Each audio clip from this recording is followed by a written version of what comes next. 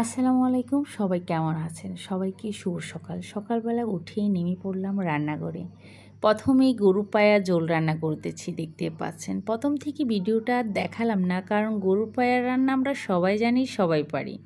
এই তো এখানে কাঁচামরিচের পালি দিয়ে দিলাম ফ্লেভারের জন্য, আর পাশেই আরেকটা কড়াইতে তেল গরম করে পেঁয়াজ কুচি, রসুন থেতো করে বাদামি করে ভেজে নিলাম। সাথে শুকনো মরিচও ভাজলাম ভালো করে। তারপর গরম মশলা জিরার গুঁড়া দিয়ে বানিয়ে ফেললাম দারুণ একটা বাগার।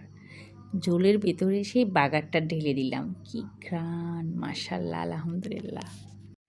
অঞ্চলভেদে এটাকে এক একজনই এক এক নামে ডাকে। কেউ বলে গরুর পায়া, গরুর নলি বা নেহারি, যাই বলুন, স্বাদ কিন্তু একটাই।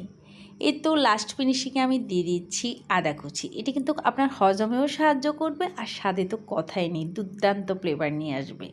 এই তো গরু পায়া রান্না আমার এখানে শেষ। এখন পালা রুটি বানানোর। গরু পায়া রান্না করবো আর চালের আটার রুটি হবে না, তা কি হয়? এই তো রুটি বেলে নেওয়া হচ্ছে, সবগুলো রুটি হয়ে গিয়েছে। এরপর এখানে আমি পরিষ্কার একটা রুমাল নিয়ে তা ছেঁকে নিচ্ছি। তারপর গরম তাওয়ায় এই রুটিগুলো একে একে সবগুলো ছেঁকে নেওয়া হচ্ছে, দেখতে পাচ্ছেন। এই তো কি সুন্দর করে ফুলে উঠেছে, মাশাআল্লাহ। এই তো আমার সব প্রস্তুত, সব রেডি হয়ে গেছে। তারপরে সব কিছু আমি টেবিলে নিয়ে আসলাম।